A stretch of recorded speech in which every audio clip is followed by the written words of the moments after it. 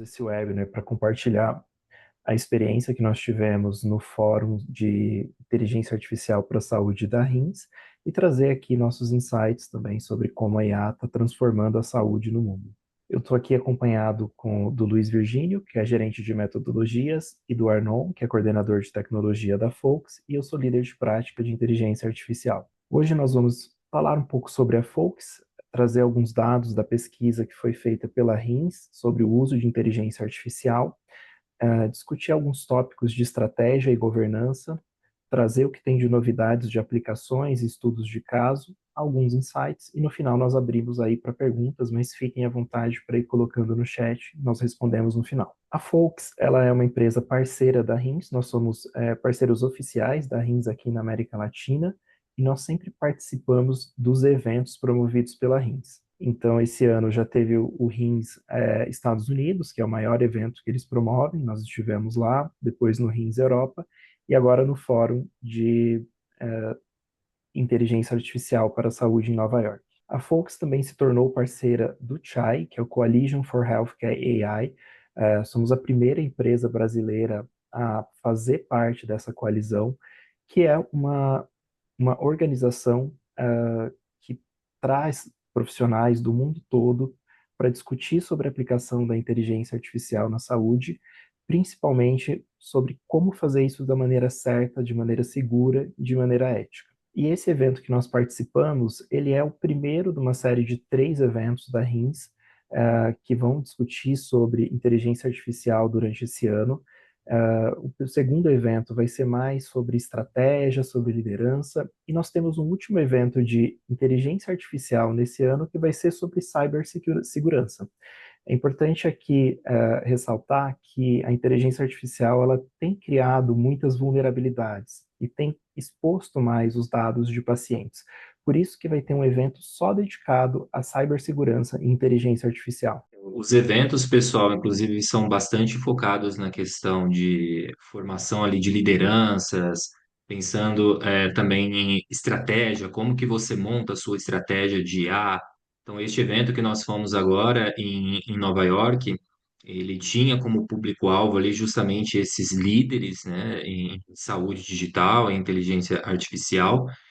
O próximo será ainda mais voltado para a estratégia, que vai ser em Chicago, em setembro ainda este ano, tá? E o último evento deste ano vai ser especificamente sobre cibersegurança, aí, como o Aleucide falou. Como eu falei ainda há pouco, né, o principal público que nós tivemos lá neste evento foi de executivos em saúde, líderes de transformação digital, profissionais também de saúde e inovadores de forma geral, tá? Tiveram aproximadamente 400 participantes.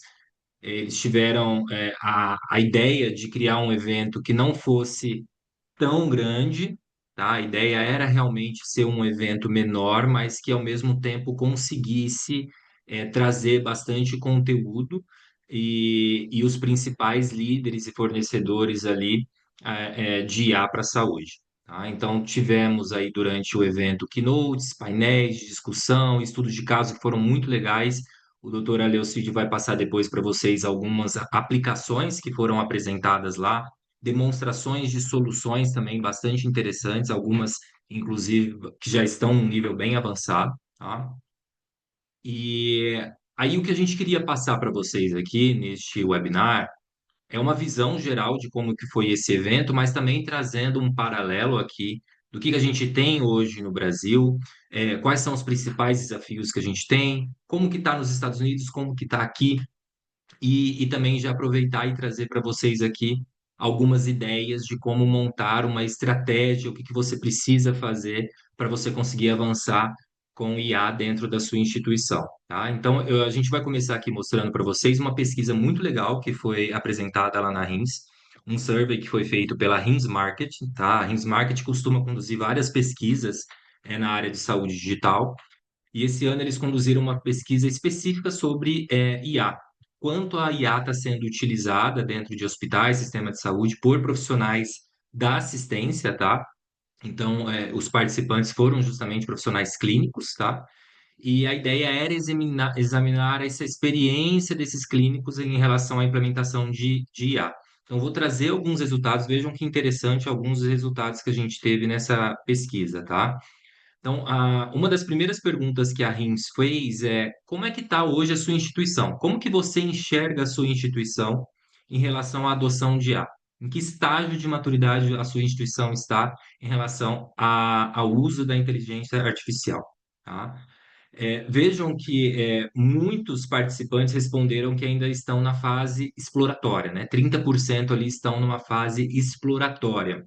Ou seja, a gente está ciente de que IA tem um potencial, mas a gente ainda não tem nenhuma estratégia, tá? 22% já estão ali numa fase de prova de conceito, já comecei a criar alguns projetos piloto, alguns testes mais focais.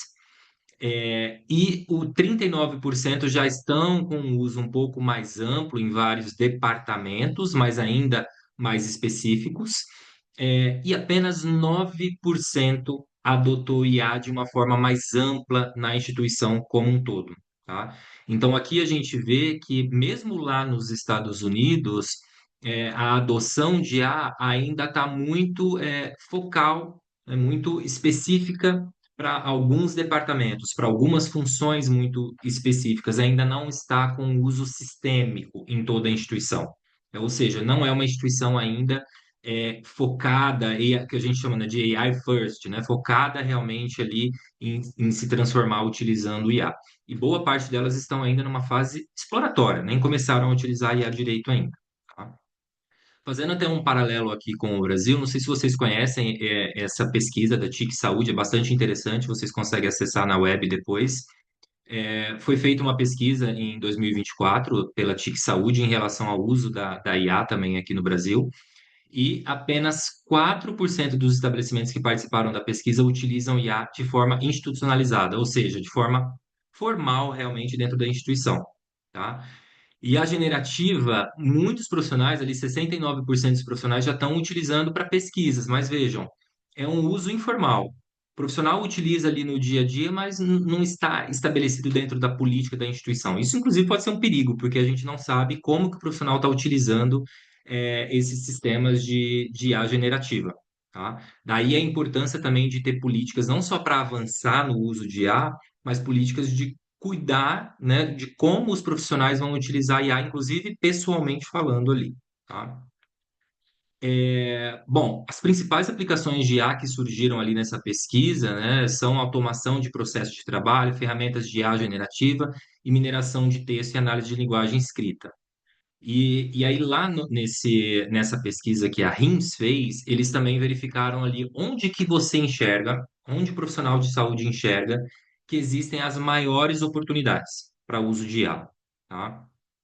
Vejam que disparado ali ganhou o sistema de alerta precoce para eventos críticos. Então, o pessoal tem muito essa visão de que a IA vai conseguir ficar analisando dados em tempo real ali do paciente e emitir um alerta em caso de algum evento crítico antes que ele aconteça, tá? Então, eu consigo ali fazer algumas predições ou uma análise em tempo real que vai conseguir detectar alguma anomalia e me alertar, tá?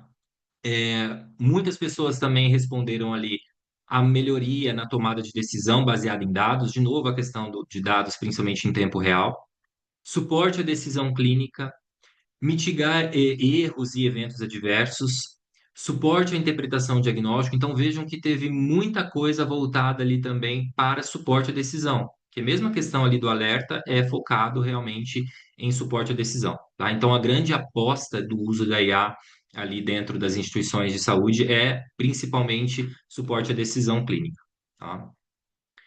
E aí eles também foram questionados quanto aos principais desafios que a instituição enfrenta quando se trata de implementar tecnologia de IA. Claro, né? 50% das pessoas responderam que restrições orçamentárias seriam um dos grandes desafios. E realmente, hoje a IA ainda pode representar um custo muito alto, embora ela esteja muito mais presente no nosso dia a dia do que era um tempo atrás. tá? Mas ainda assim, quando se trata de larga escala, ela pode se tornar bastante cara, tá? Então pode ser realmente a restrição orçamentária, ainda mais que as pessoas acreditam que realmente um projeto de IA será muito caro, então as pessoas costumam acreditar nesse problema, tá? Mas vejam que muitas das coisas que surgiram aqui têm a ver com gestão de mudanças, com resistência a essa mudança. Então, resistência à mudança da equipe clínica. Vejam que tem aqui também a questão de treinamento, que tem a ver ali também com a questão de gestão de mudanças, tá? Falta de apoio executivo, falta de estratégia, preocupações com segurança e privacidade de dados. Lembram que a gente falou lá no início que a gente vai ter, que a RIMS vai ter inclusive um evento específico de cibersegurança em relação à IA? Então, tamanha é a preocupação e relacionada aí à privacidade e segurança dos dados, quando se trata de IA. E aí, esses clínicos, né, esses profissionais também foram perguntados em relação a como eles acreditam que esses desafios deveriam ser enfrentados. O que que a gente precisa fazer para conseguir vencer esses principais desafios? Então, boa parte deles responderam ali a adoção de tecnologias, técnicas e protocolos avançados de cibersegurança.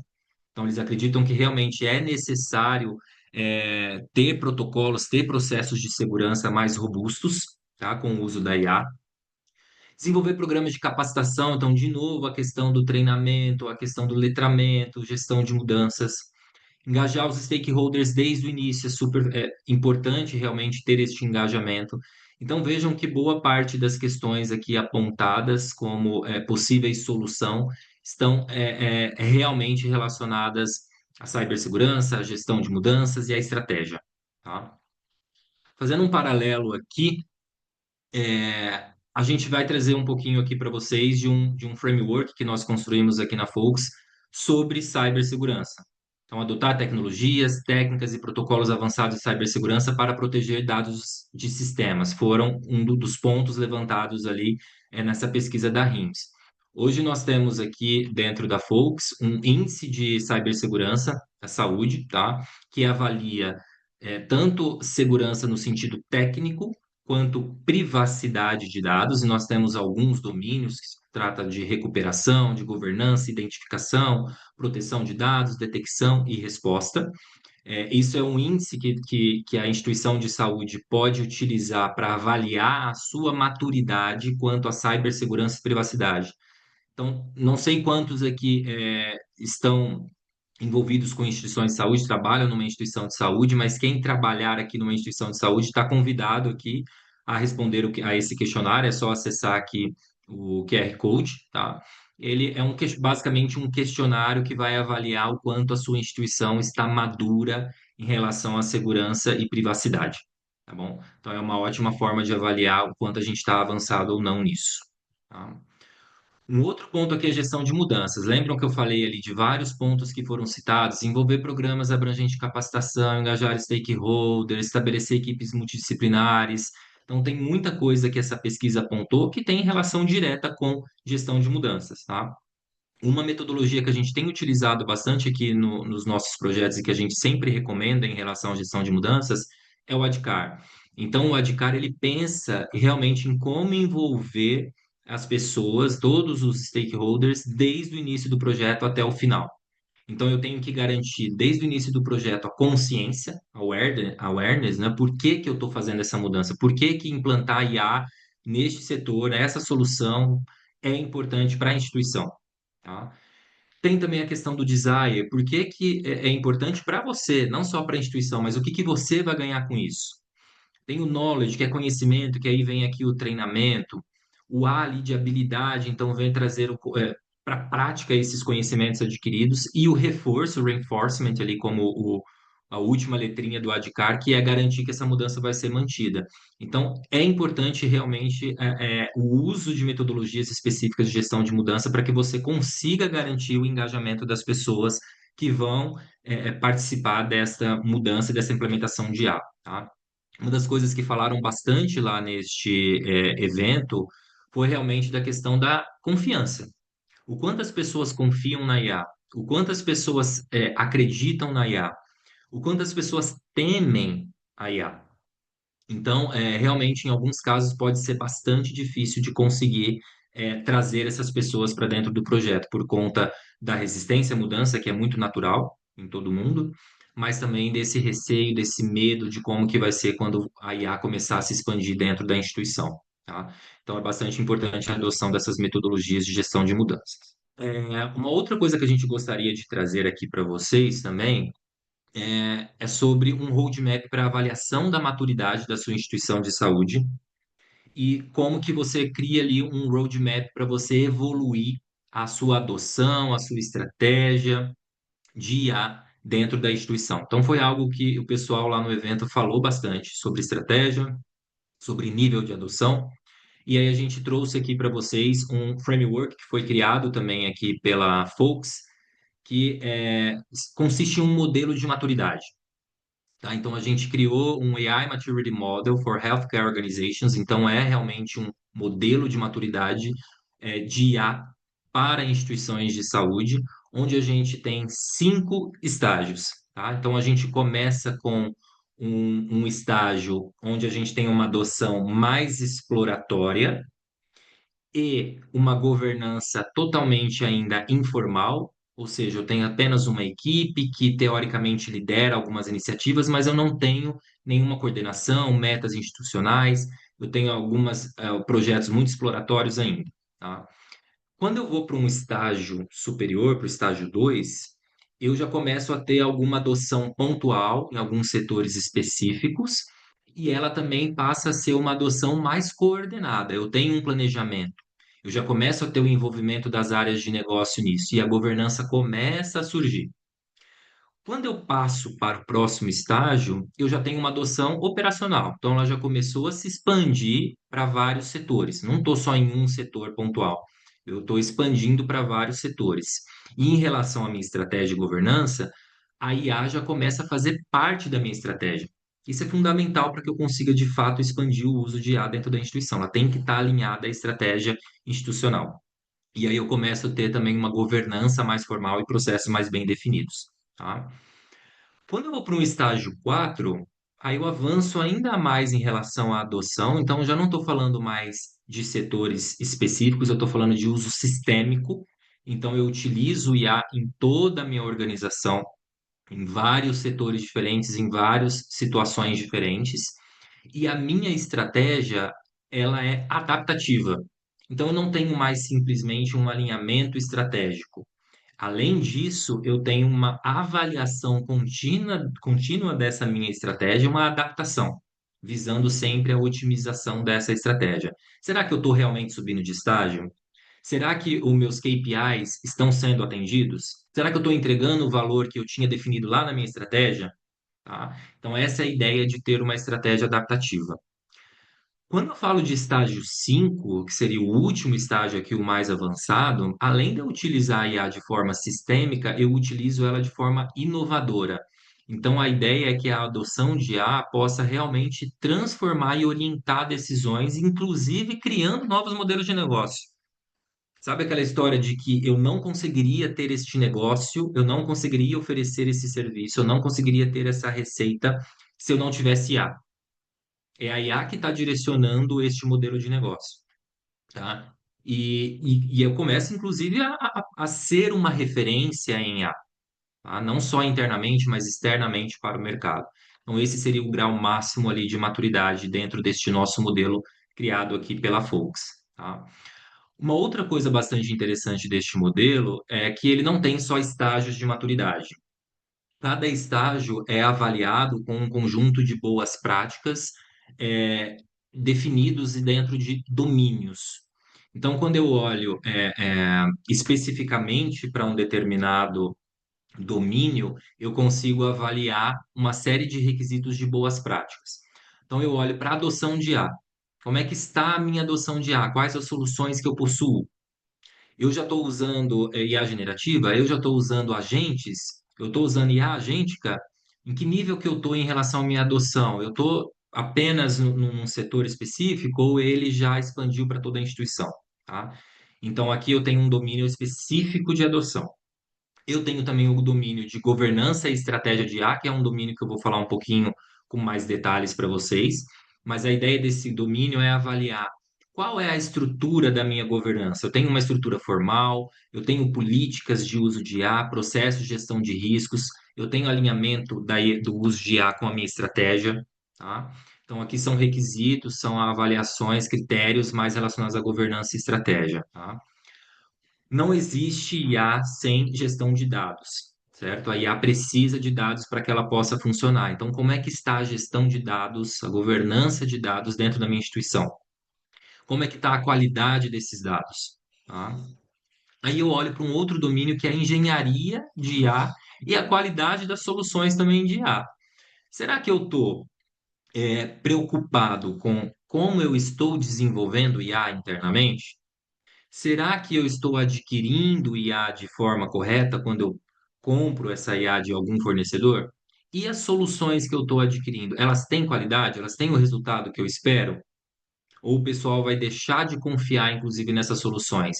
Tem conformidade regulamentar? Tem regulamentações específicas em relação àquela solução que eu estou utilizando e que você talvez não tenha se preocupado? Então, aqui são requisitos mais técnicos até, tanto para a adoção quanto para o desenvolvimento de tecnologias ali que utilizam IA. Tá? Um outro domínio seria infraestrutura e segurança. Onde essa minha IA está rodando? Eu tenho disponibilidade? Eu tenho segurança? Como que é a comunicação entre os diferentes servidores, entre aplicação, servidor, servidor de banco de dados? Como é que está essa comunicação? Eu tenho privacidade de dados? Tá? Eu tenho salvaguardas que evitem problemas ali de prompt injection, por exemplo, ou problemas que podem infringir ali a privacidade dos pacientes, tá? E por fim, a gente tem também um domínio de pessoas, cultura e competências em IA. Lembra que a gente estava falando muito do letramento, treinamento, gestão de mudanças? Se encaixa bastante aqui neste domínio, tá? Que envolve ali a capacitação das pessoas também, tá bom? Então, esses são os domínios que a gente adotou dentro do nosso modelo de maturidade. Então, lembrando, eu tenho 5 estágios de maturidade e eu tenho requisitos de boas práticas em cada um destes domínios. Tá? Vou mostrar um pouquinho aqui para vocês é, o nosso domínio de estratégia e governança, que foi uma das coisas que foram mais comentadas lá neste evento. Foi bem legal que a gente conseguiu fazer um paralelo muito interessante com o framework que a gente tinha desenvolvido, porque muito do que se foi falado lá são coisas que a gente já tinha preocupações e já acrescentou no nosso framework. Tá? Como é que funciona então? Então, vou mostrar especificamente sobre estratégia de governança, tá? Eu tenho ali os estágios, estágio 1, 2, 3, 4 e 5, e ao longo dos estágios eu vou tendo ali requisitos de boas práticas que eu devo adotar para ter um roadmap de estratégia e governança de IA, tá? Esses requisitos, né, essas boas práticas, a gente dividiu aqui em 3 grandes grupos: a equipe de governança, a estratégia e políticas de IA e governança das iniciativas de IA. Tá? Então, no estágio 1, eu começo ali com uma liderança inicial de IA. Geralmente, eu tenho ali só a equipe de TI liderando algumas iniciativas pequenas de IA. Tá? Eu preciso, para construir o meu roadmap e começar a minha estratégia, eu preciso avaliar como eu estou hoje, certo? É para isso que servem modelos de maturidade como esses que a Focus criou. Eu preciso saber onde eu estou, o que falta eu fazer, tá? Como é que está a minha governança de dados, minha infraestrutura, a minha gestão de mudanças, tá? Então, primeiro eu avalio a minha maturidade e já faço uma definição da minha visão de aonde eu quero chegar, tá? E em relação aqui à governança das minhas iniciativas, no estágio 1, eu só estou fazendo uma exploração. Então, eu tenho aqui apenas alguns registros de ideias de iniciativas de AI. Eu não tenho um portfólio, eu não tenho uma estrutura, mas eu estou participando de eventos, eu estou fazendo benchmarking, eu estou conversando com pessoas e eu tenho ali um estacionamento de ideias de possíveis soluções que eu posso adquirir, mas eu não tenho nenhuma estrutura ainda do que eu vou fazer, tá? E eu já começo também a pensar no framework estratégico de aquisição de IA. Eu vou construir, eu vou comprar ou eu vou misturar? Vou construir e vou comprar uma solução e fazer customizações internas? Como é que vai ser essa minha estratégia para adotar IA, tá? Quando eu vou para um estágio 2, eu já saio de uma liderança inicial que geralmente está focada na TI, e começo a envolver as áreas de negócio. Então, eu começo a ter um comitê, um grupo multidisciplinar já com envolvimento das áreas de negócio, tá? A minha estratégia já começa a se formar. Então, eu já começo a ter ali uma preocupação com conformidade regulatória, avaliação ética dos projetos, políticas para bring your own AI. Lembra que eu falei quando os profissionais estão usando IA por conta própria, estão lá utilizando o chat GPT no dia a dia por conta própria? Eu tenho que ter políticas para isso. Atendimento aos princípios de IA responsável, processo de gestão de riscos. Então, aqui eu começo a formalizar algumas políticas e governança, tá? E em relação às minhas iniciativas de IA, eu saio de um estacionamento de ideias para fazer de fato algo mais estruturado. Então, o que que eu faço? Preciso fazer um mapeamento. Como é que está o meu ESIS hoje? Como é que estão os meus fluxos hoje? Onde estão as principais oportunidades para eu adotar IA, para eu criar um projeto, uma iniciativa de IA? Tá? Para isso, eu preciso criar eu preciso fazer uma avaliação de um mapeamento, então determinar como é que é o meu as-is, e então eu faço ali um roadmap pensando no meu to-be, tá? E integração com o negócio. Lembra que eu falei para vocês que é essencial quando eu vou para um estágio 2 eu ter integração com o negócio para que eu consiga fazer esses mapeamentos e determinar ali como é que vai ser o meu roadmap. Ainda em relação à equipe de governança, no estágio 3 eu já saio de um comitê inicial, tá, de A, e eu vou realmente para um comitê onde eu tenho, inclusive, a alta gestão. Eu não tenho apenas membros, representantes das áreas de negócio, eu tenho a minha diretoria, eu tenho C-levels trabalhando ali junto comigo nesse comitê. Por quê? Porque eu preciso fazer um alinhamento estratégico. Então, em relação à minha estratégia, eu já não tenho mais só uma governança formal, eu começo a ter realmente um alinhamento do meu uso de IA com a estratégia. Eu começo a ter KPIs, eu começo a medir como é que está realmente qual é o impacto que essas soluções estão trazendo para mim dentro do meu processo, tá? Qual que é o valor que ela está trazendo. Eu começo a fazer uma supervisão mais clara e detalhada dos meus fornecedores e parcerias. Então, eu vou aumentando cada vez mais o meu rigor em relação às minhas políticas de governança. E, inclusive, políticas de responsabilidade e prestação de contas, tá? A gente chama muito isso de accountability, né? Como é que funciona você, profissional de saúde que está utilizando a IA? Qual que é a sua responsabilidade em relação a isso, tá? E em relação ali à governança das iniciativas, eu já começo a desenvolver o meu roadmap. Então, para isso, eu preciso realmente de uma estrutura formal para identificação das iniciativas, identificação contínua. Então, lembra que eu fiz um as-is lá na frente e defini um to-be, mas os meus processos continuam evoluindo. Eu tenho um roadmap, então eu preciso ter uma estrutura formal para seguir com essas iniciativas. Tá? Eu tenho que ter processos formais para aprovar projetos de IA. Então, eu tenho que ter business case. Como é que eu monto o business case para conseguir aprovar um projeto de IA? Tá? Calcular o ROI, verificar o valor. E aí, hoje, como eu já estou expandindo o uso de IA, eu preciso ter uma gestão do portfólio. Tá? Passando ali para o estágio 4 em relação à minha estratégia, eu já começo. Lembra que eu falei que a gente sai de um estágio 3 onde eu tenho uma estratégia, mas no estágio 4 eu começo a avaliar o sucesso dessa estratégia, adaptar e ir refinando continuamente a minha estratégia de IA. Tá? E em relação aqui à minha governança de iniciativas, eu preciso começar a ter uma aprovação diferenciada e um orçamento dedicado para projetos de IA, porque eu preciso acelerar a minha adoção de IA. Eu preciso que projetos mais simples e de menor risco sejam aprovados mais rapidamente. Eu preciso ter um orçamento dedicado ali para projetos e iniciativas de IA, para que eu consiga, de fato, expandir isso dentro da instituição, tá? E no estágio 5, em relação à minha estratégia, a estratégia transforma a IA em um motor de transformação e inovação para a instituição. Então, eu realmente, aqui eu utilizo IA para inovar, inclusive gerando novos negócios, tá?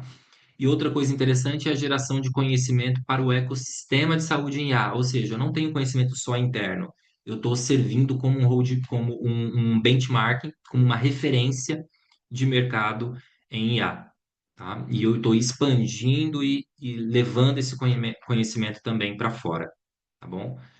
Então, isso é o que a gente entende aqui por um principal roadmap de estratégia e governança. Lembrando que Isso aqui é só o domínio de estratégia e governança, mas eu tenho todos esses outros domínios aqui que também possuem requisitos de boas práticas em cada um dos estágios e um roadmap que te leva ao grau maior ali de maturidade, tá bom? É, Bom, um recado que é muito importante sobre essa questão de estratégia e governança, vocês viram ali também no framework, tiveram algumas frases bem interessantes de alguns painelistas lá nesse evento da RIMS, o Tom Lawry, inclusive, que foi um dos keynotes do evento, ele falou, né, que IA não é apenas sobre tecnologia, né, é sobre empoderamento também. E o Ryan, ele diz, né, There's no AI without the why, né? Não existe IA sem o porquê. Então, isso é uma coisa bastante importante, né? Muitas vezes, por isso que o título desse webinar, inclusive, é essa questão do além do hype, né? Muitas vezes a gente quer, eu quero implantar IA. Eu ouvi falar que é importante, que eu tenho que saber, e aí o pessoal vai olhando sem nenhum tipo de governança, sem nenhum tipo de estratégia. E muitos projetos acabam dando errado por conta disso, tá? Então é fundamental realmente a compreensão clara do porquê usar IA. Que problema você está resolvendo com isso?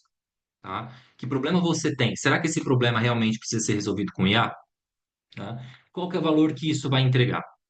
Tá? Então, realmente, a ideia aqui é a gente sair um pouco do hype e pensar no problema e utilizar a IA como uma solução, tá bom? Eu vou passar a palavra agora para o Dr. Alê, que ele vai falar um pouquinho para vocês aqui sobre os principais casos de uso e aplicações que nós vimos lá no evento da RIMS, tá bom? Bom, em relação aos casos de aplicação e aplicações, né, tem muitas instituições lá que estão adquirindo ferramentas, incorporando essas ferramentas novas e muita gente desenvolvendo também. Nós vamos discutir também um pouco sobre esse cenário de desenvolver ou então adquirir alguma ferramenta de IA.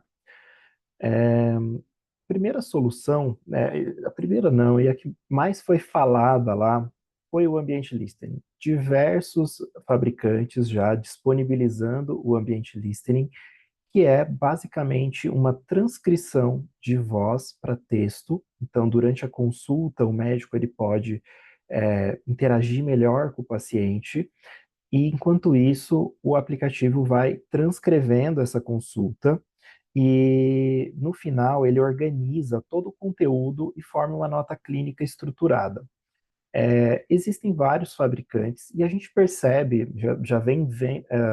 a gente já viu essas soluções aí nos eventos anteriores da RIMS, elas não são tão novas no mercado, já há cerca de 2 anos já estão aí disponíveis, porém agora elas estão ganhando novas capacidades, né? Então essa versão 2.0 dessas ferramentas também permite que você possa editar o texto, antes elas só geravam um texto e para editar você editava com o teclado, já estão fazendo codificação, codificando procedimentos, diagnósticos que tem ali no corpo do texto.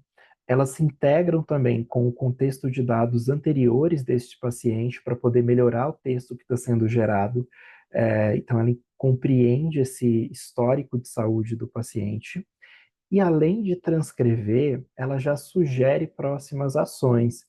Então, se eu converso ali com o paciente, digo que eu estou fazendo uma orientação para uma compressa fria, estou prescrevendo algum medicamento, estou encaminhando ele para um especialista, ao final, além de gerar o texto da evolução, são gerados também esses outros documentos clínicos que o médico precisa entregar para o paciente. E também vários casos de uso para enfermagem, em passagem de plantão, para documentação de escalas, tudo que facilita ali a rotina, né? E boa parte dessas aplicações elas estão disponíveis também em celulares. Então você loga ali com o seu celular e dessa forma você tem ali acesso aos dados do paciente e consegue utilizar o celular para poder gravar enquanto você está fazendo ali a interação com o paciente. A MacLeod Health teve um caso com indicadores bem interessantes que eu achei legal trazer aqui. Primeiro, teve aumento de satisfação do paciente. A gente sempre tem um pouco de receio de colocar uma tecnologia e o médico gastar mais tempo com a tecnologia, mas no caso do ambiente listening, o médico realmente consegue prestar mais atenção no que o paciente está falando. Ao longo de um mês, os médicos ganharam 47 horas a mais, que foi o tempo que eles economizaram utilizando essas ferramentas.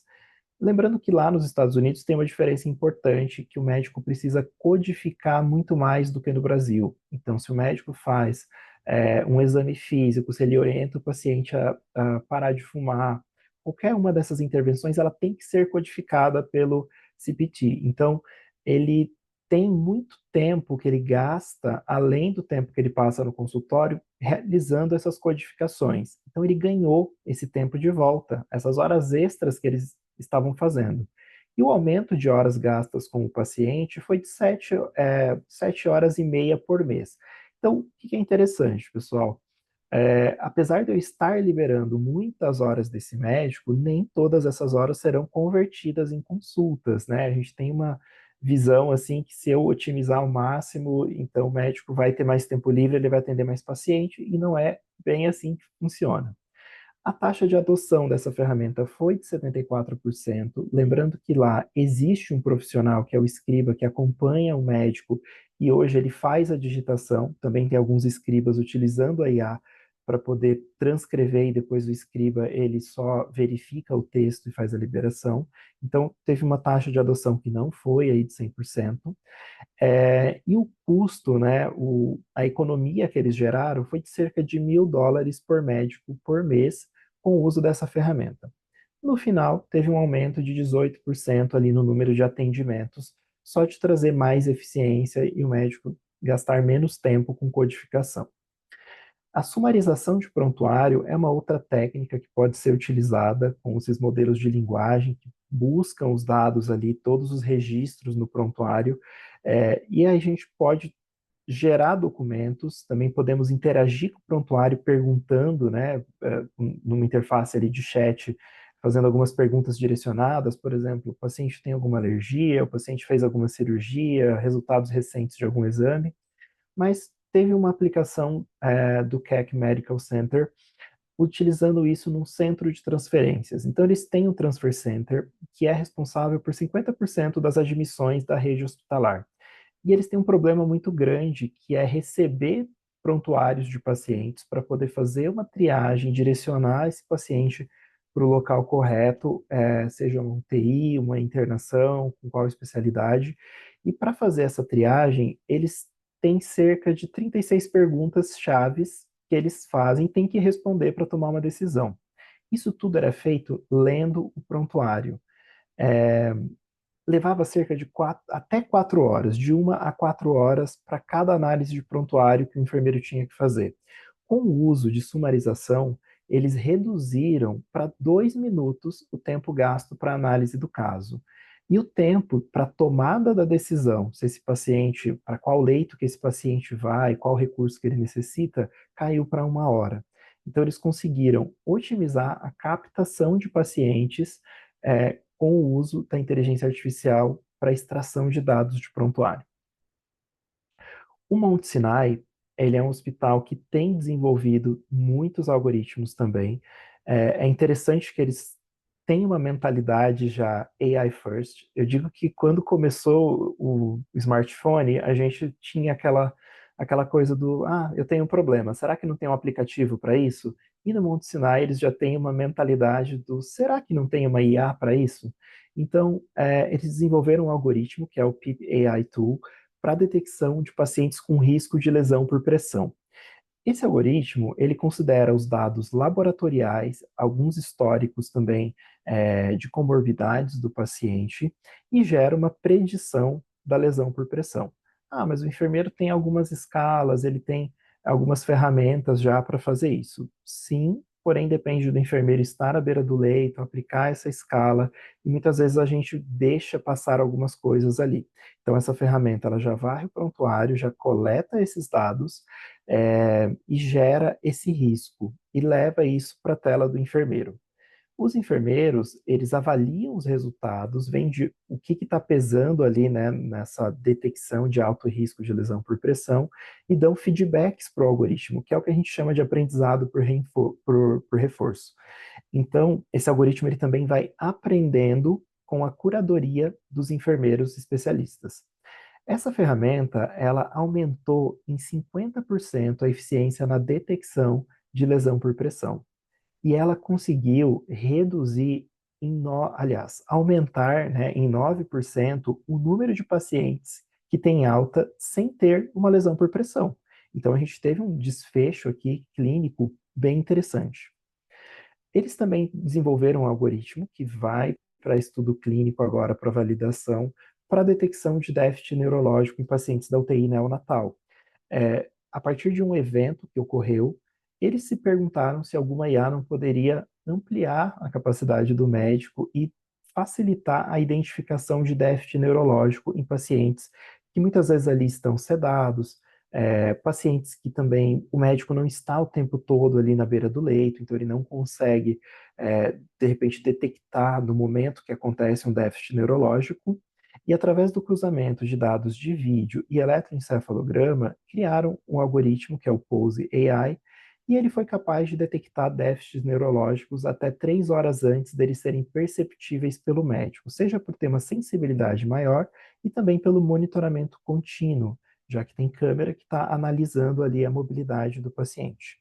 Esse algoritmo que eles desenvolveram, ele vai passar ainda por um estudo clínico. Então, eles desenvolvem internamente, validam e depois seguem para o multicêntrico para ver se realmente tem algum impacto na conduta, no desfecho, tá? Outra aplicação muito interessante é na educação médica. Então, lá na Universidade de Toledo, é, eles têm muitos internos e o médico ele revisa todas as evoluções que os internos fazem todos os dias. Então, eles criaram ah, o SOAP Note Mentor, que basicamente avalia a qualidade do registro, avalia se um estudante documentou dor, e aí ele colocou todas as características da dor, se ele documentou ali o histórico do doente, se ele documentou alergias, então ele tem já um script e ele avalia, né, a qualidade do registro médico com o uso dessa ferramenta. E é interessante que ele comentou sobre a redução da fadiga de compaixão, porque ele comentou que no começo do dia ele está avaliando de um jeito e depois, quando ele já está ali depois de já ter visto mais de 50 evoluções, ele já não está avaliando com a mesma compaixão, dando o mesmo feedback que ele daria ali no primeiro caso. Então, a ferramenta ajudou nisso. Além disso, eles têm alguns robôs que varrem ali as evoluções que os estudantes estão fazendo e constroem perguntas sobre o caso clínico para o estudante poder depois testar é, o seu conhecimento, e eles também geram recomendações de literaturas pertinentes ao caso que o estudante está vendo. Isso trouxe mais engajamento para a leitura de artigos médicos. E aqui no QR Code tem um link para a GPT Store com diversos chatbots que eles criaram, inclusive o Soap Note Mentor, mas tem por especialidade. Então, eles têm uma curadoria, onde os preceptores vão alimentando com as referências mais atuais de literatura para cada área de conhecimento. Tem ali anestesia, medicina intensiva, endocrinologia, e eles têm para diversas especialidades. Vale a pena aí conferir. E eles têm utilizado isso para auxiliar na educação médica. A gente também traz aqui um caso de sucesso da Folks, que nós construímos, né, resolvemos um problema de baixa conversão de pacientes para exame de alta complexidade com o uso de inteligência artificial. Então, a inteligência artificial foi utilizada para lidar ali com dados não estruturados, porém de forma integrada ao fluxo de agendamento, gerando uma experiência melhor para o paciente que aumentou em 60% aí o agendamento de exames e em 3 vezes a receita obtida com esse tipo de exame. E a outra solução que eu vou compartilhar com vocês é uma solução da Oracle que reescreveu um sistema de prontuário para ter uma visão agêntica. Então, a gente fala muito de inteligência artificial e agora lá eles já estão trazendo muito o conceito dos agentes. A gente não tem dúvida que o futuro do prontuário, o futuro das interfaces é ser agêntico. A gente não precisa mais ficar navegando em menu confuso para achar uma opção, para poder fazer uma ação no prontuário com muitos cliques. A gente pode usar a linguagem e a gente tem um prontuário um pouco mais inteligente já prevendo ali qual que é a próxima ação do profissional e trazendo as sugestões logo na tela. Então, uma interface dinâmica que vai se configurando de acordo com os processos. E o que são esses agentes? Nós temos agentes que revisam o prontuário, agentes que auxiliam na documentação, como o ambiente listening, agentes para criação de prescrições, agentes de codificação, é, de ditados, agentes para enfermeiros, agentes para calculadoras, agentes que buscam conhecimento médico, então consegue conversar com uma base de conhecimento, passando o contexto do paciente, buscando essa informação lá e trazendo tudo isso para o médico, e agentes que auxiliam na busca também. Você pode solicitar o prontuário, me dê o último resultado de hemoglobina desse paciente, e o prontuário te retorna aquilo sem você ter que navegar por uma infinidade de menus para acessar essa informação.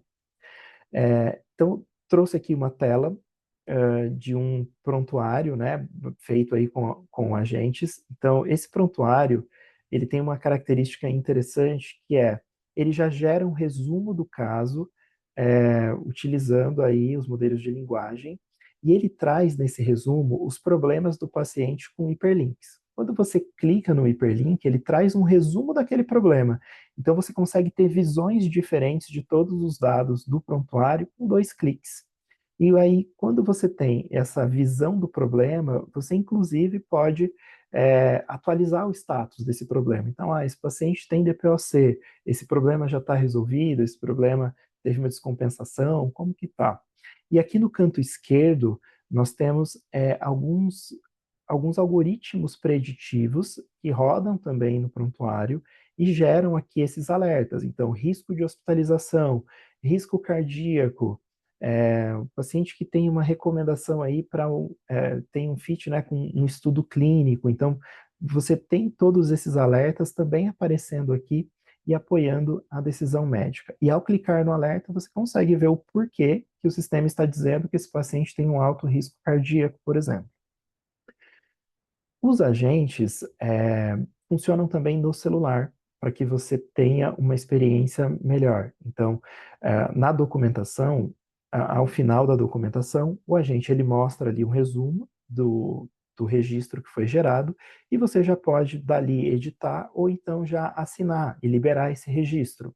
Aqui na tela do meio a sugestão de próxima ação. Então, o médico conversou com o paciente, disse que ia prescrever metformina, que ia encaminhar esse paciente, marcar aí um follow-up em 90 dias e pedir um exame. Então, eu já tenho aqui os botões para todas essas ações. O médico não precisa ir lá, criar uma receita, criar um encaminhamento, agendar esse retorno. Já fica aqui o link e o médico só vai clicando e gerando também essas ações. E aqui na tela da direita é um caso de uso para a enfermagem, que abre o prontuário do paciente e só diz: registra uma nova escala de dor, 6 de 10, para esse paciente, o local da dor, tal. E aí o sistema já gera o registro, o enfermeiro confirma e libera. O enfermeiro não precisa voltar para o computador, abrir o prontuário, buscar as escalas, registrar essa escala. Então o enfermeiro ele ganha muita velocidade no seu dia a dia com esses agentes. E alguns insights. Bom, o que nós temos em comum quando a gente compara como está lá Estados Unidos, né, como que está o mundo e o Brasil em relação à inteligência artificial? Nós temos em comum uma dificuldade para demonstrar o retorno sobre o investimento. Hoje são ferramentas que são caras, e se a gente não alinha muito bem a estratégia, isso acaba não gerando aquele retorno esperado. A gente fala de retornos aí de 3, 10 vezes, né, sobre o investimento para aplicação de IA, mas a gente não consegue demonstrar isso. E lá também eles têm tido dificuldade de demonstrar pela maneira como foi feita a adoção. A falta da governança de dados é algo que chama atenção, tanto lá quanto aqui. Então, a governança de dados não é só ter o seu repositório de dados estruturados, mas é saber onde estão os dados, sobre o que são aqueles dados, se eles são acionáveis ou não. Muitas vezes eu tenho dado que está num formato ali que é para construir BI e tal, mas ele não serve para eu ingerir nos algoritmos de IA. A necessidade da capacitação da força de trabalho, então médicos, enfermeiros, principalmente aí o time assistencial, eles relatam que tem esse desejo, né, de capacitação, e aqui no Brasil também. Dificuldade na transparência e explicabilidade de algoritmos. Se a gente não confia, profissionais da saúde em geral, se a gente não confia, a gente não utiliza. O paciente também não. Então, se você não consegue explicar o porquê o algoritmo está gerando aquela recomendação, aquela classificação, aquela categorização do paciente, a gente não consegue utilizar. A resistência à mudança também, eu acho que é algo que nós temos aqui, e a preocupação com a cibersegurança. E as diferenças, Arnon? Então, sobre as diferenças do que eu reparei entre os Estados Unidos e o Brasil, para mim foi novidade, né? Porque eu nunca estudei tanto sobre a saúde nos Estados Unidos e é bacana ver como que lá eles estão sempre muito na frente nessa questão de tecnologia.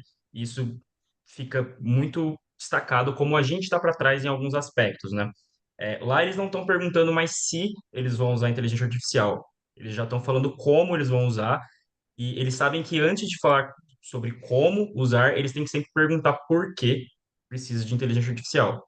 O que muitas vezes aqui no Brasil a gente deixa de perguntar por que que a gente precisa de inteligência artificial? E acaba que a adoção que a gente tem muitas vezes é simplesmente por hype ou por moda, né?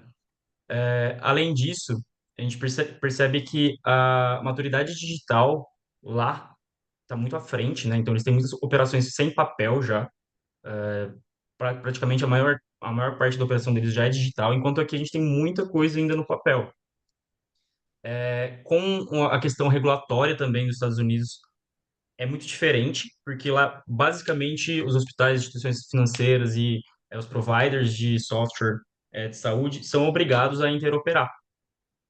Interoperabilidade aqui no Brasil, para a gente, faz anos que a gente fala e até hoje a gente não consegue interoperar, né?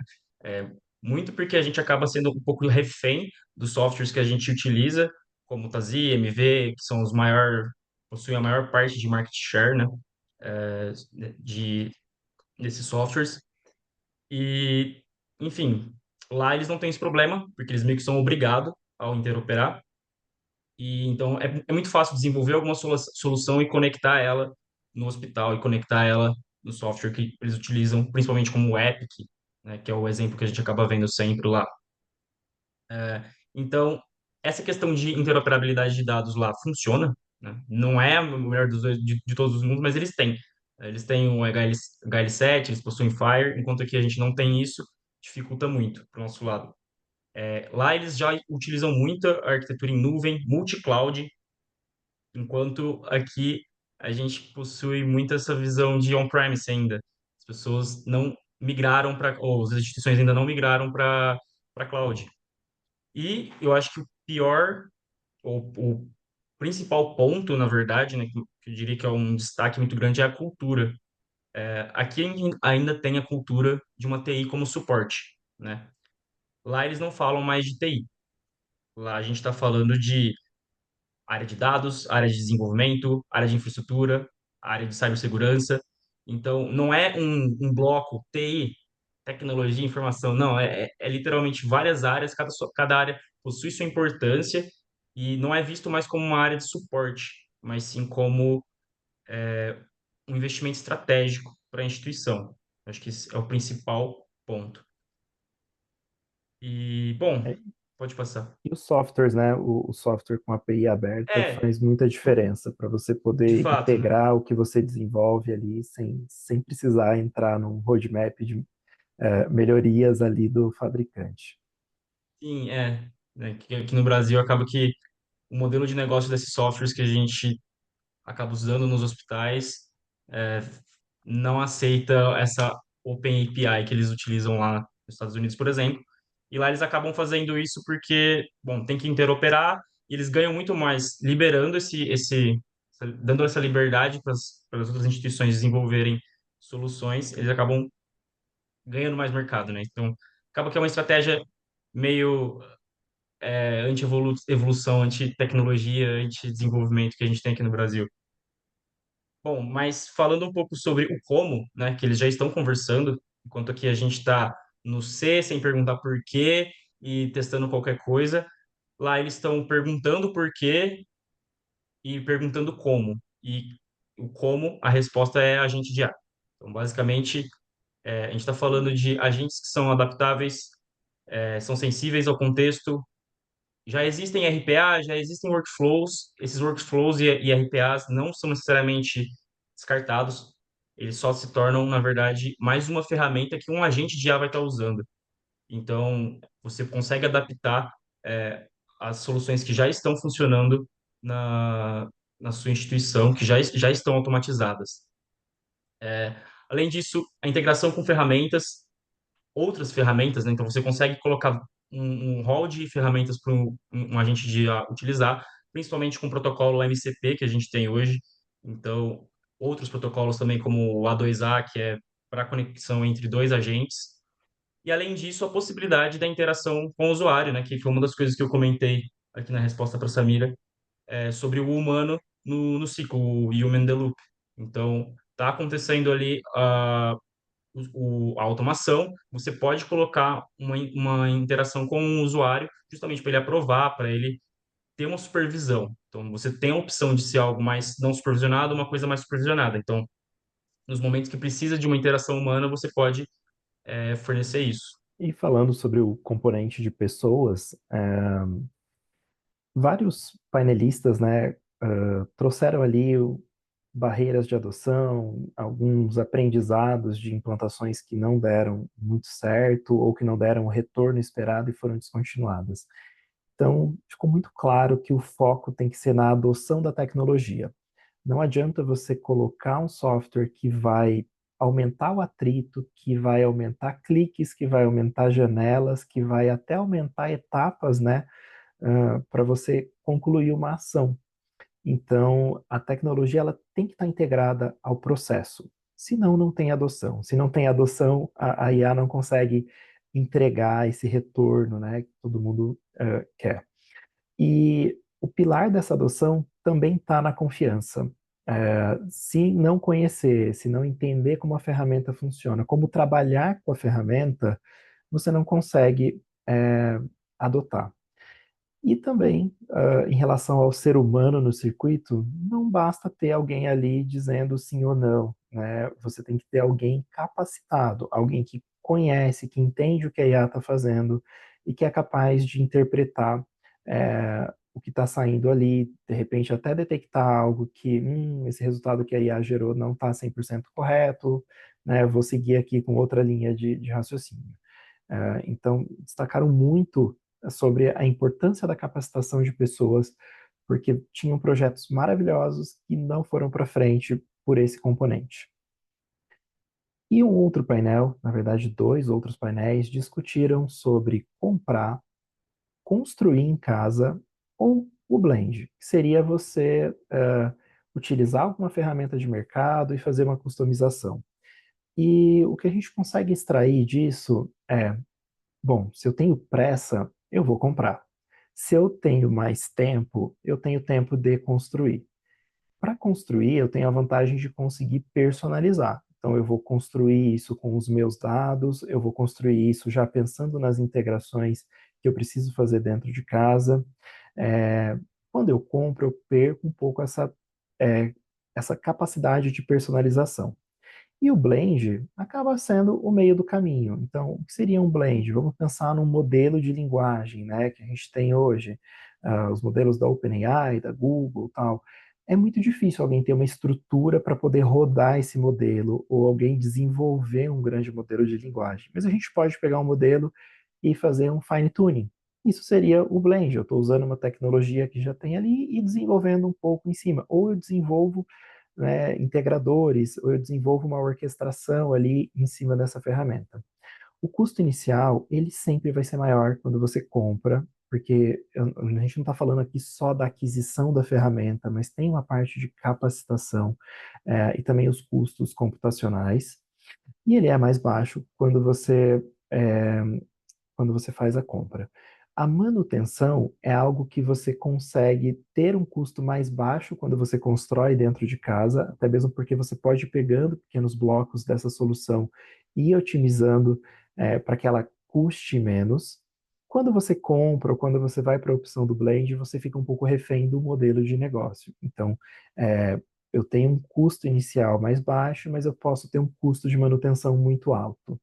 Em relação à estratégia, tenho optado pela opção de construir aquelas instituições que veem a IA ou veem uma técnica de IA como uma alta diferenciação no mercado, que tem uma visão de longo prazo.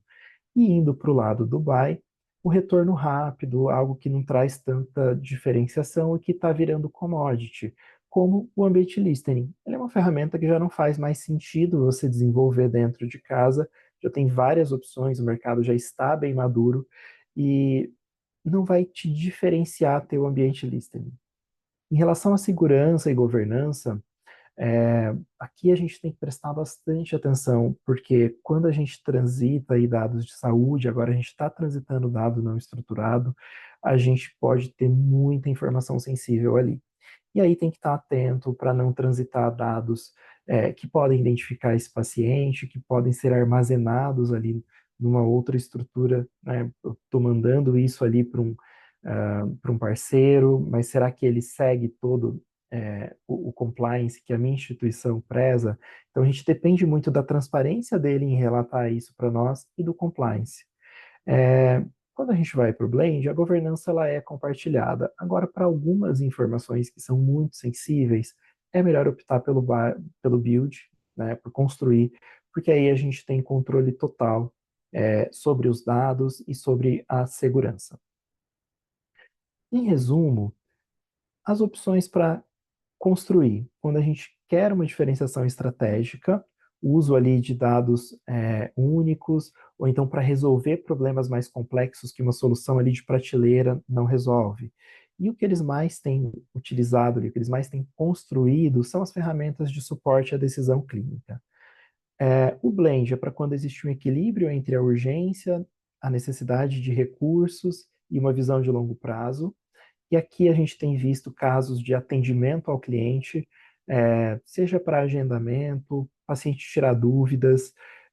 Então, são ferramentas que você usa uma tecnologia externa, customiza um pouco e consegue entregar bastante valor.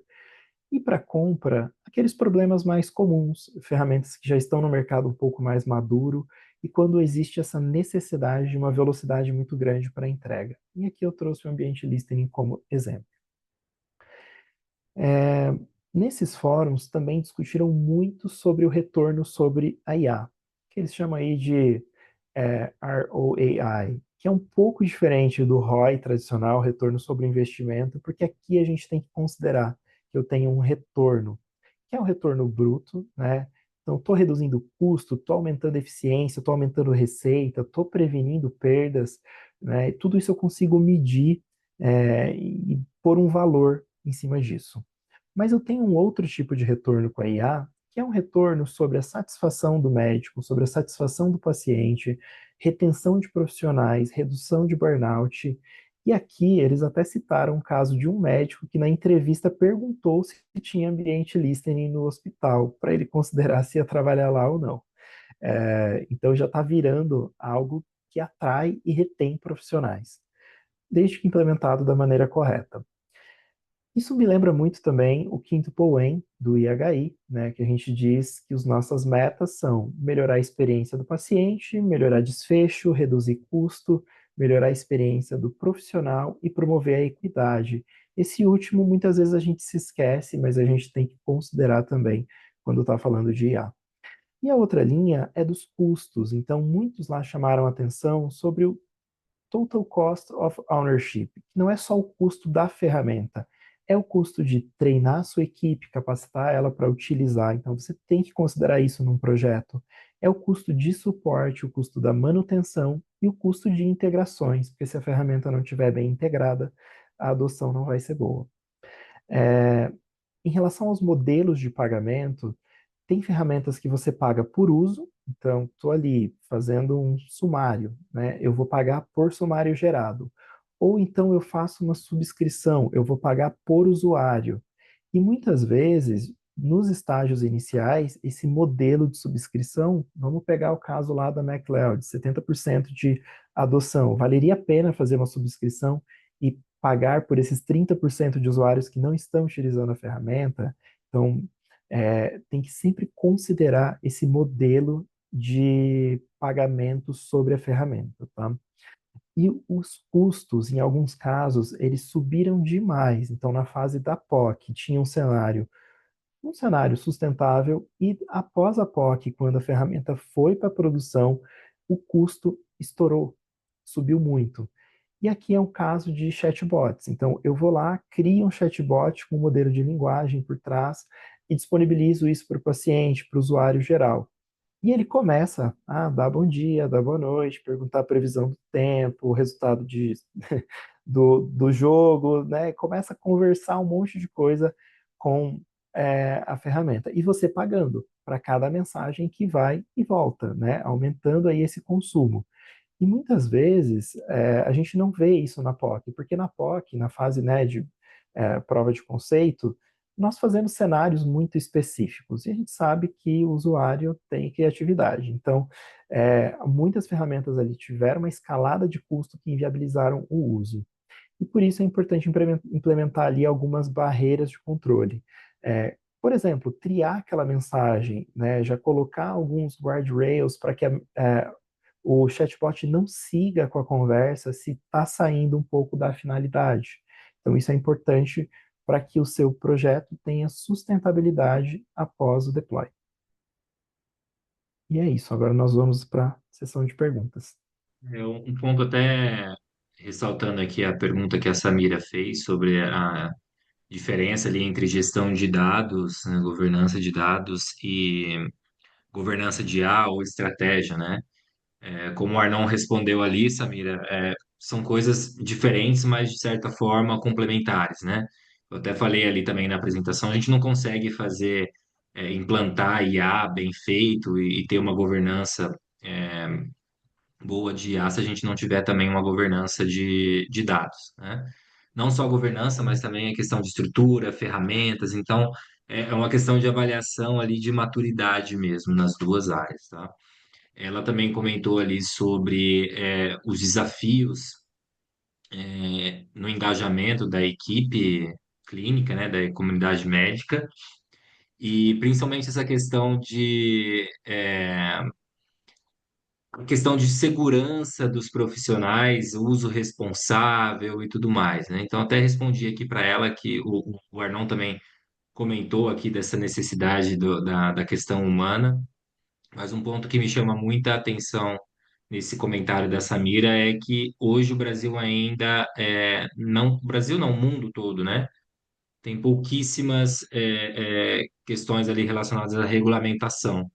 Então, a gente não tem regulamentação de soluções, a gente não tem regulamentação do uso dessas soluções dentro das instituições de saúde. Então, isso gera ainda mais receio dos profissionais na utilização e até uma certa preocupação em relação àquelas instituições que estão adotando de forma caseira e sem se preocupar com algumas questões de segurança que eles deviam estar se preocupando, né? Acho que a Osmeire está fazendo uma pergunta aqui. Esses frameworks são públicos ou vocês só utilizam para os clientes? É possível que hospitais e instituições façam autoavaliação? Osmeire, o detalhamento do framework é da Folks, tá? Então, realmente, a gente só usa nos nossos projetos. Mas a gente vai estar disponibilizando alguns materiais públicos, tá, para acesso em relação ali aos domínios, aos estágios de maturidade. E nós também vamos publicar em breve um índice para avaliar a maturidade digital da instituição, por meio de um questionário, tá? Então não vai precisar ter acesso a toda a documentação. Um questionário vai ser suficiente para estar avaliando ali de forma mais abrangente e aí, para avaliar de forma detalhada, aí sim teria que ter acesso ali ao framework. E a maturidade das empresas que desenvolvem os softwares, você já tem esses frameworks? Na verdade, não. Para desenvolvimento de software, existem algumas coisas ali no framework que a gente desenvolveu, voltado para quando a instituição de saúde desenvolve alguma solução interna, tá? Então, ele também precisa seguir os padrões ali de qualidade de desenvolvimento e qualidade das soluções. Mas hoje o que a gente tem realmente de fato de avaliação de maturidade e qualidade de software é a certificação da SBIS que está para ser publicada, né, de certificação de soluções de IA. A Acho que Cláudia Cláudia Carvalho está perguntou fazendo uma de, pergunta. A radiografia, de geralmente, né? bom, basicamente assim, áreas que estão sendo priorizadas, né? A radiologia, ela é o setor aí, o setor de imagens, né, já usa há mais tempo. 80% dos algoritmos que são licenciados lá pelo FDA são de radiologia. E a gente tem algoritmos ali que são de aceleração, que alguns automatizam cálculos em exames ou reconstrução de imagens, e eles têm sido mais adotados, por quê? Porque ali eu sempre tenho o radiologista no circuito, diríamos que eu tenho um maior controle, né, do ambiente, não é uma tecnologia que está diretamente ali com o paciente, é, então eu tenho um grau de confiança maior, porque a IA está trabalhando junto com o radiologista. É, a gente tem visto para essas funções de codificação, o back-office tem se beneficiado muito da implantação. Então, qual está sendo a prioridade? O baixo risco, né? E quando a gente fala de risco, é o risco de ter um evento para o paciente, é o risco de, vamos pensar num modelo de linguagem, se eu estou fazendo um resumo ali para uma passagem de caso, se ele alucinar e criar uma informação que não estava ali, ou se ele omitir uma informação, nos dois cenários eu posso gerar um risco para o paciente. Se for no back-office, pode acontecer de não ter um código que foi para a conta e depois com revisão manual você adiciona esse código na conta. Então, é, tem se priorizado, até mesmo para ganhar confiança na ferramenta, as implementações de risco menor. As de maior risco, elas sempre estão aí nas instituições de pesquisa, porque eles já estão habituados a ter coisas diferentes e está sempre avaliando essas ferramentas para ver como elas performam.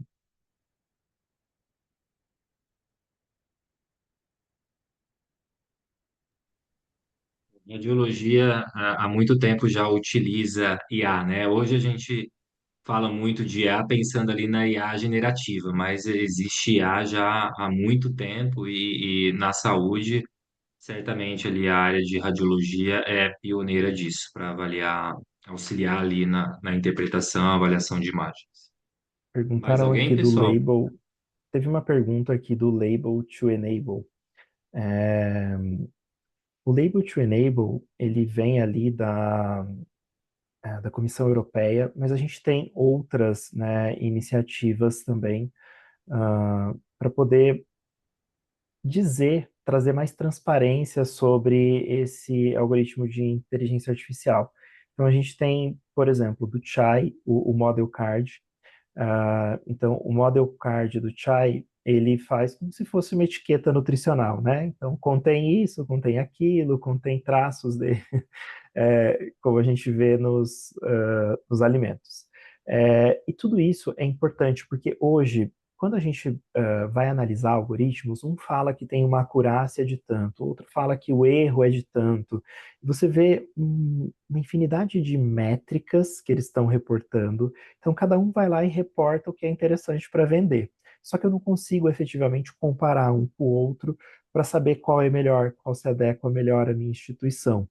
Então, essas iniciativas, e aí existe o Label to Enable, o Model Applied Card do Chai, existe também um outro que é do Partnership for Healthcare AI Partnership lá dos Estados Unidos, que é criado pela Universidade de Duke.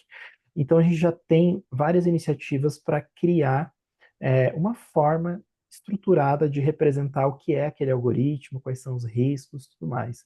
Então, eles são importantes, a gente ainda não tem grandes estudos comparando um com o outro para saber qual é o melhor, mas como sempre, o melhor é aquele que a gente utiliza, o melhor é aquele que a gente se entende. É igual a interoperabilidade, né? O jogo tem que ser combinado. Então, eu vou utilizar qual modelo, qual padrão, aquele que os dois se entenderem. Então, isso é algo que é novo no mercado, está surgindo ainda. Não dá para dizer que um é melhor que o outro, mas sim, é uma ferramenta muito útil porque ela traz uma estrutura para você avaliar aquela ferramenta de inteligência artificial.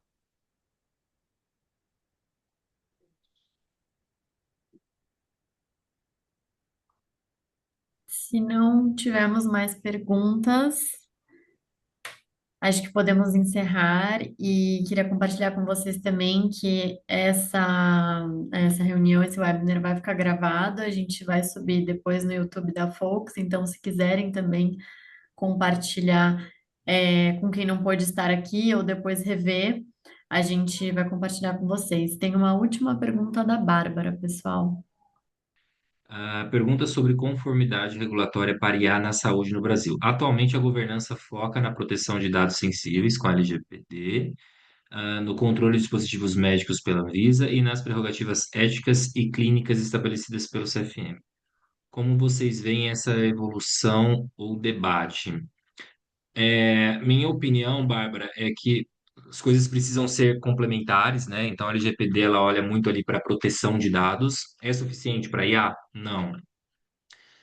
Anvisa, ela olha para dispositivos médicos, mas também já está olhando para software, tá? Existe uma RDC da Anvisa, uma resolução da Anvisa que é justamente para software as a medical device. Então, obviamente, se uma solução utiliza IA, né, e ela pode representar algum tipo de risco para o paciente, por exemplo, sugestão de diagnóstico, sugestão de conduta, ela já passa a ser considerada como um dispositivo médico e, portanto, precisa ser registrado ali na Anvisa e tem que enviar algumas documentações. Mas essa avaliação da Anvisa não é uma avaliação tão técnica, tá? Então, como complemento aí até da avaliação da Anvisa, a gente tem a certificação da SBIS, que está agora em consulta pública, mas em breve vai ser publicada de fato, que também visa avaliar software, tá? E em relação ao CFM, existe uma iniciativa atual do CFM em relação à regulamentação do uso de IA pelos médicos, né? Lembrando que o CFM regulamenta o uso ali pelos médicos apenas, mas até onde eu vi e acompanhei ainda está num estágio mais inicial, tá? Por isso que é realmente essencial ter diferentes combinações, né, de regulamentações. Algumas vão avaliar software, outras vão avaliar privacidade, outras vão avaliar o uso desse software, para que a gente possa ter um ambiente realmente mais seguro e confiável com a utilização da IA. Mas, de fato, ainda estamos engatinhando nisso, tá? Em regulamentação. Ah, ok. Ok, pessoal. Então, não temos mais perguntas. Queria agradecer a participação de todos vocês. A Carol já explicou aqui para vocês que também vai ficar disponível. Em breve também vamos publicar um material também mais completo sobre tudo que vimos lá no evento, tá? E muito obrigado pela participação de vocês e boa noite, até a próxima. Boa noite, Abraço. Pessoal, pessoal. até a próxima.